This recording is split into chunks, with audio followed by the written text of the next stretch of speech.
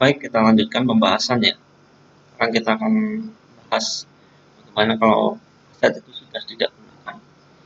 Jadi ada 3 cara dari sisi akuntansi ya. Pertama itu dibuang, kedua dijual, dan terakhir ditukar dengan aset sejenis. Ini semuanya 3 hal itu termasuk bahasan dari disposal of fixed asset. Nah, kita bahas satu-satu dulu. Kita lihat kalau yang bagaimana kalau dibuang. Kalau dibuang, artinya aset ini sudah tidak digunakan lagi dan perusahaan ini tidak menerima imbal balik ya, entah itu dalam bentuk uang ataupun dalam bentuk barang.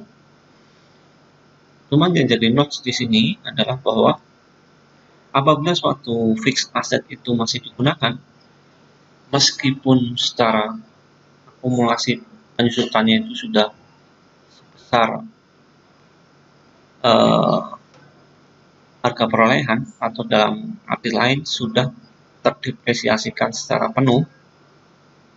Kalau kita lihat nilai bukunya akan 0 gitu ya. Tapi kalau asetnya masih digunakan, itu belum boleh di-discarding, belum boleh dihapus bukukan.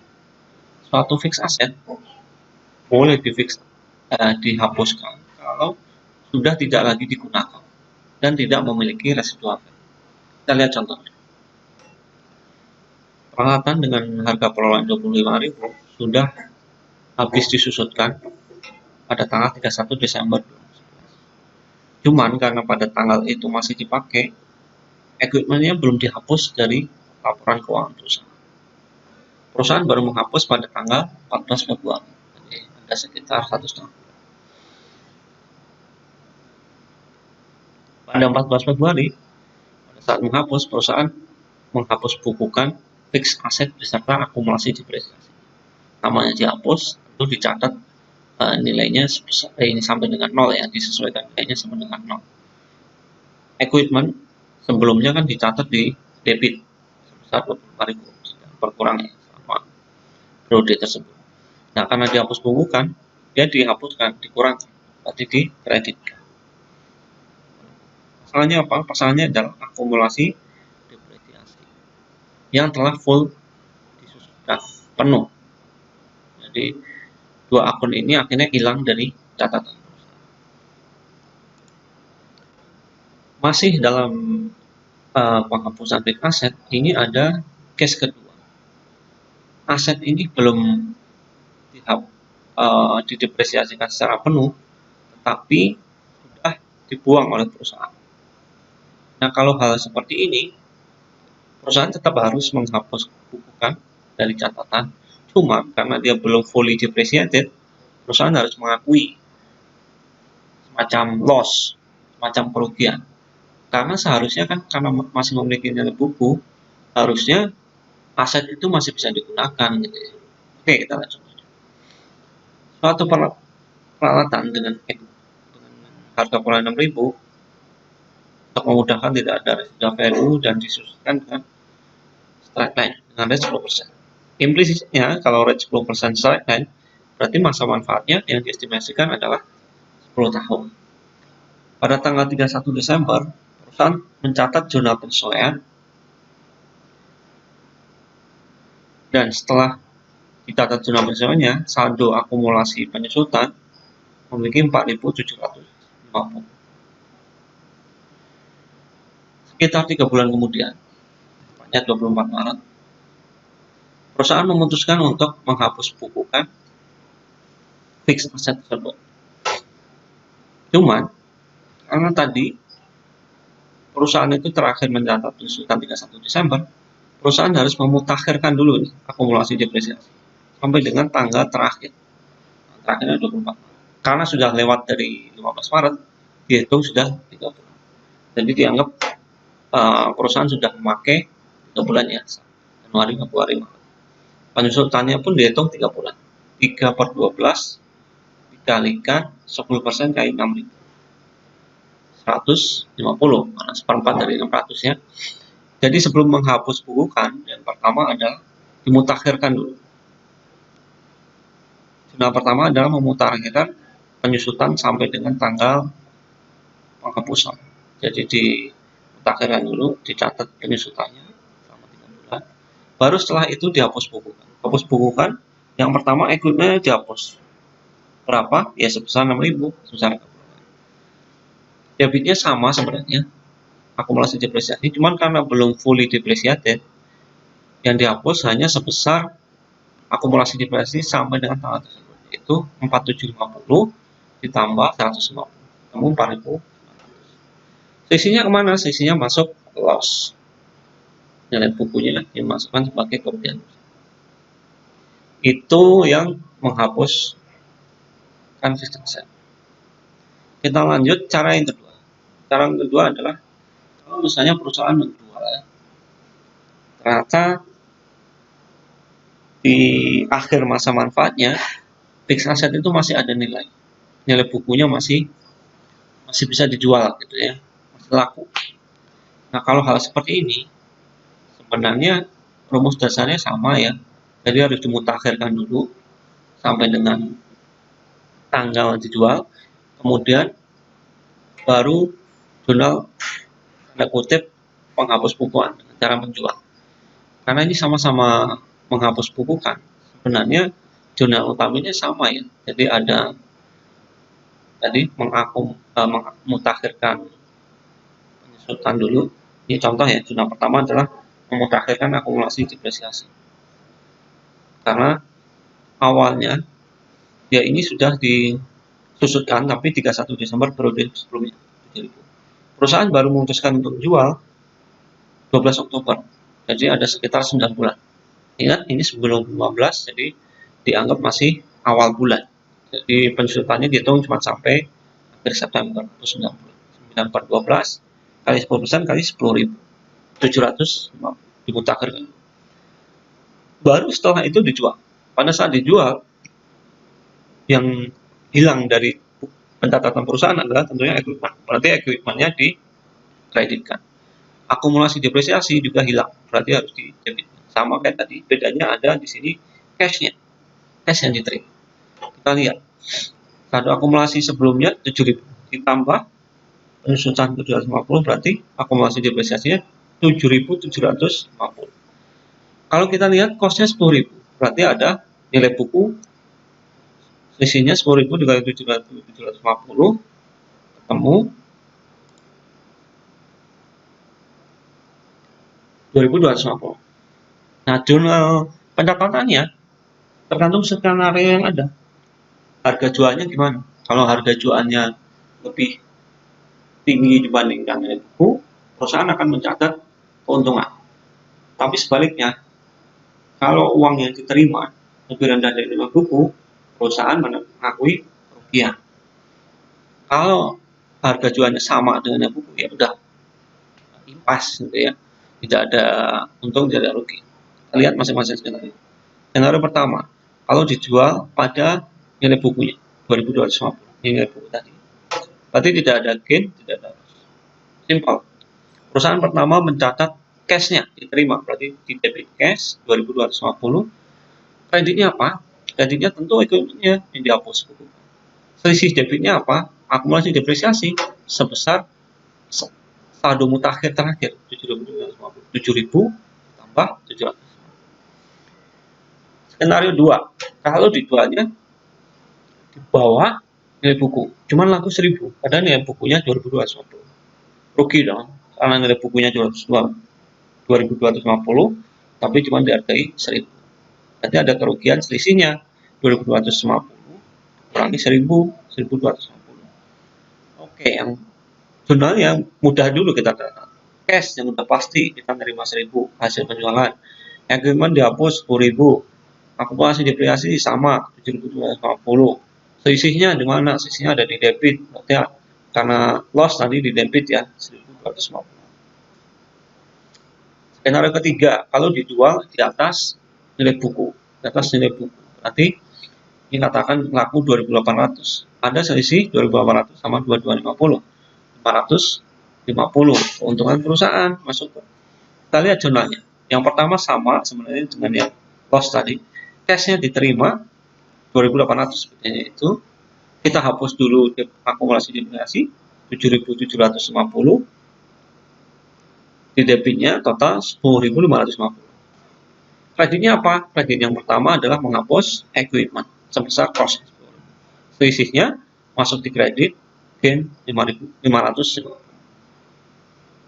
Itu untuk yang sale fixed asset. Kita lanjut ke cara terakhir. Bentuk terakhir dari discarding disposal fixed asset.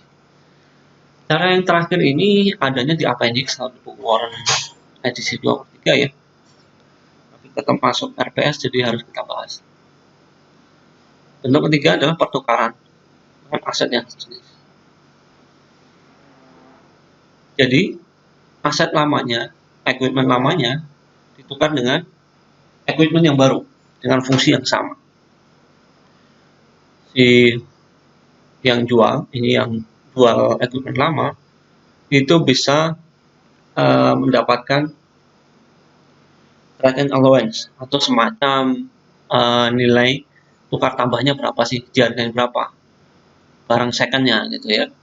Nah, selisih dari trade and allowance dan harga dari equipment baru itu disebut put, bisa berbentuk di kekurangan tukar tambahnya itu perusahaan bisa membayar dalam bentuk cash atau dalam bentuk utang. Nah, perlakuan akuntansinya itu tergantung dari ada tidaknya commercial substance. Apa itu commercial substance? Itu ada tidaknya perubahan dari cash flow setelah adanya pertukaran ini. Maksudnya gini, kalau dengan equipment yang lama, dia bisa menghasilkan 100 produk. Dengan masa manfaat tidak tahu. Kalau misalnya equipment yang baru ditukar ini cuma menghasilkan 100 produk dalam 3 tahun, harusnya perusahaan nggak mengakui adanya keuntungan karena manfaatnya sama dan cash flow-nya juga tidak berubah karena tidak ada efisiensi di sana, tidak ada kapasitas bertambah. Nah, kalau seperti itu tidak boleh diakui adanya keuntungan kalau misalnya ada selisih keuntungan. Kemudian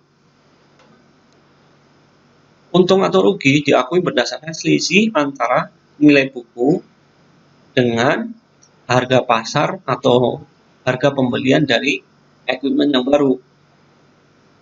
Sama dengan mirip tadi ya. Kalau tadi jual fixed asset, gain or loss-nya itu diakui sebesar nilai buku dan harga jualnya. Nah, ini selisih, kalau gain or loss-nya bedanya adalah selisih dari nilai buku dengan nilai penjualan nilai aset barunya disesuaikan dengan trade in tadi, kan ada trade in. Kita lihat contohnya, ilustrasinya. Yang gain dulu. Kalau ada gain, aset barunya, equipment barunya itu senilai 5.000. Harga price-nya gitu, price tag-nya 5.000. Equipment yang lama dihargai trade in allowance-nya 1.100. Berarti perusahaan harus nombok, ini ilustrasinya dengan cash sebesar selisihnya 5.000 dikurangi nilai tukar tambahnya 1.100 berarti 3.900. Nah, aset yang lama tadi memiliki harga perolehan, harga beli awalnya 4.000, akumulasi depresiasi sampai dengan tanggal pertukaran. Ingat, ini sampai dengan tanggal pertukaran. Karena ini tanggal pertukarannya 19 Juni, tentu seharusnya sebelum tanggal 19 Juni atau sebelum transaksi ini, perusahaan mencatat dulu jumlah penyusutan sampai dengan tanggal 19 Juli. Seperti tadi yang case discarding maupun yang selling ya. Disesuaikan dulu akumulasi penyusutan itu sampai tanggal mutakhir. Nah, setelah ketemu, ini misalnya ketemunya 3.200. Nah, sampai dengan 19 Juni berarti book value-nya 800. Kita bandingkan nih dengan trade in tadi. Ternyata lebih tinggi trade in-nya 1.100. Padahal nilai bukunya cuma 800. Wah, dari sini kita ketahuan berarti ada keuntungan nih, ada gain bagi perusahaan. Kita lihat dulu. Kita cari yang simpel-simpel dulu seperti biasa. Karena ini case of disposal, pasti equipment lamanya dihapus, old equipment dihapus sebesar harga perolehan. Kemudian yang melekat kontrakonnya akumulasi depresiasi equipment sebesar nilai buku 3.200. Oke. Kemudian kita tadi nambah juga cash, berarti ada cash keluar 3.900, berarti ini ada di kredit 3.900. Apalagi yang mudah angkanya, yaitu harga pasar dari new equipment sebesar 5.000, berarti di debit kita bertambah ya, equipment bertambah sebesar 5.000. Oke, selisihnya kemana? Ternyata di debit masih besar, selisih 300. Apa ini 300? Tadi selisih antara trade and allowance dan book value. Ini adalah keuntungan bagi perusahaan. Case ini kalau ada commercial sustain, ada perubahan cash flow. Bagaimana kalau tidak ada commercial sustain? Gain ini tidak boleh diakui. Nah, ini gain ini dicoretkan. Nah, 300-nya kemana? 300-nya kita pakai untuk mengadjust nilai dari equipment yang baru. Yang dicatat di sini tidak lagi 5.000, tapi disesuaikan hanya 4.700. Tuh. Karena tidak ada commercial substance. Bagaimana kalau loss? Kita lihat kalau loss dengan case yang sama, perusahaan ternyata trade N-nya tidak diakui 1.100, ternyata cuma 675. Wah, oke dong perusahaan, karena book value-nya aja masih 800. Selisihnya loss-nya adalah 800 dikurangi 675, 25. Kita lihat harga pasarnya equipment baru sama ya 5.000. Cuman equipment lamanya cuma dihargai 675. Berarti perusahaan harus nombok 4.325. Selisih antara harga equipment baru dengan nilai trade N-nya. Ya. Kita lihat jurnalnya. Kita cari yang gampang dulu. Kita hapus equipment dan akumulasi depresiasi untuk yang lama. Equipment yang lama dihapus, dikredit 4.000, kemudian akumulasi depresiasi juga dihapus sebesar saldo akhir 3.200. Kemudian kita keluarkan cash tadi 4.325. Kemudian kita mendapatkan equipment sebesar berapa? Sebesar fair market value-nya 5.000. Sisinya masuk mana? Masuk loss. Oke, demikian penjelasan saya tentang disposal of fixed asset. Mudah-mudahan bermanfaat dan jelas. Apabila masih ada yang belum jelas, silakan sampaikan pertanyaan setelah ini ya. Nanti pembahasan terakhir kita akan melanjutkan bahasan tentang yang natural asset, kemudian intangible, dan terakhir record. Dan kita bisa selesaikan di pertemuan kali ini. Oke, terima kasih.